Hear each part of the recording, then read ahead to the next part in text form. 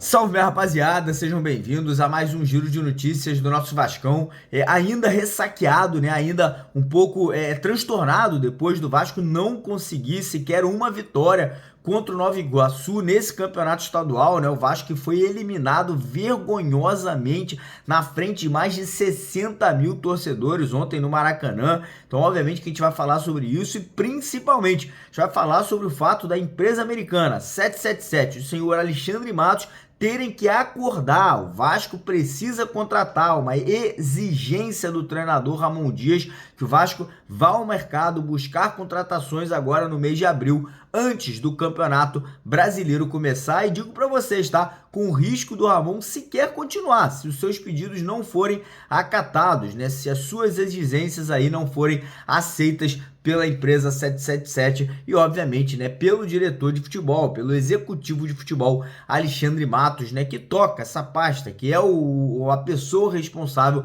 por fazer as contratações nessa temporada dentro do Vasco da Gama. Então, obviamente, vamos falar muito sobre isso, né? O Ramon ontem na entrevista coletiva, ele mais uma vez externou, falou sobre a necessidade. Então, obviamente, que a gente vai tratar desse assunto, falar sobre nomes, falar sobre uma pequena confusão. Será que o Vasco está atrás de meia ou será que o Vasco está atrás de volante? Ou será que o Vasco vai buscar essas duas carências aí que, na minha opinião, são duas lacunas dentro do nosso elenco? Então, primeiramente, quero convidar todos vocês que ainda não são inscritos, que ainda não acompanham o nosso trabalho aqui no YouTube, para se inscrever, para vir fazer parte aqui do nosso canal. Só você correr lá embaixo, clicar naquele botão vermelho escrito inscreva-se, se inscrever por aqui e também peço a colaboração, a ajuda de vocês, deixando aquela curtida, deixando aquele joinha para que esse vídeo possa chegar aí a cada vez mais vascaínos espalhados pelo Brasil inteiro. Fechado? Combinado? Posso contar com a sua ajuda?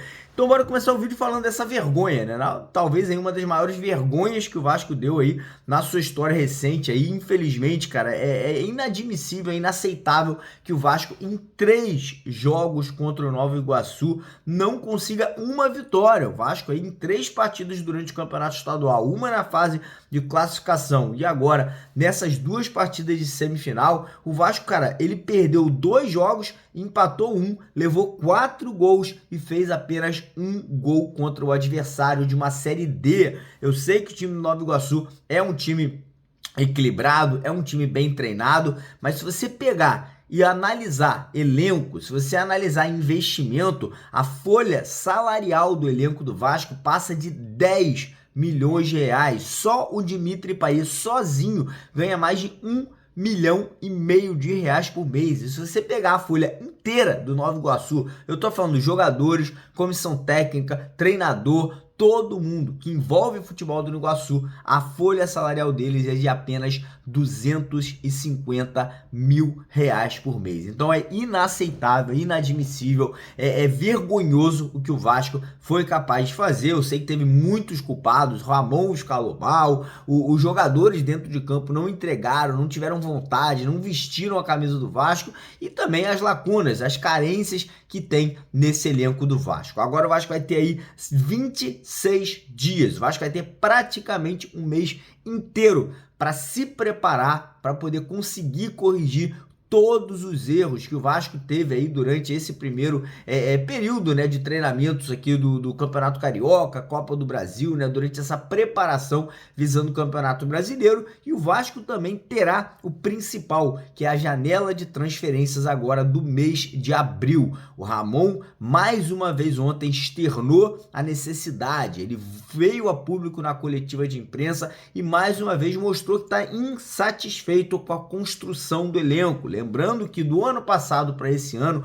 o Vasco perdeu muitos jogadores, alguns que foram vendidos, Marlon Gomes e Gabriel Peck. O Vasco vendeu esses 2 atletas aí por 130 milhões de reais, ou seja, todo o dinheiro que o Vasco usou para contratar jogador esse ano veio da venda do Marlon e do Peck. Além das saídas desses 2, o Vasco também perdeu Paulinho e Jair, dois jogadores titulares que acabaram tendo lesões sérias no joelho, só devem voltar a jogar futebol no ano que vem. E o Vasco perdeu um caminhão de outros jogadores que saíram do clube porque não faziam parte ali da estrutura do futebol para esse ano. Caso de Alex Teixeira, vários meninos da base, né, que foram emprestados ou que acabaram saindo do clube. E as peças de reposição, os jogadores que o Vasco trouxe, na minha sincera opinião, não são melhores. O Vasco não trouxe atleta melhor que o Gabriel Peck, o Vasco não trouxe jogador melhor que o Marlon Gomes, o Vasco não trouxe nenhum jogador melhor que o Paulinho ou que o Jair. Ou seja, o elenco que terminou ano passado é melhor que o elenco que a gente tem agora para o início do Campeonato Brasileiro, o que não condiz com o que foi prometido para o torcedor,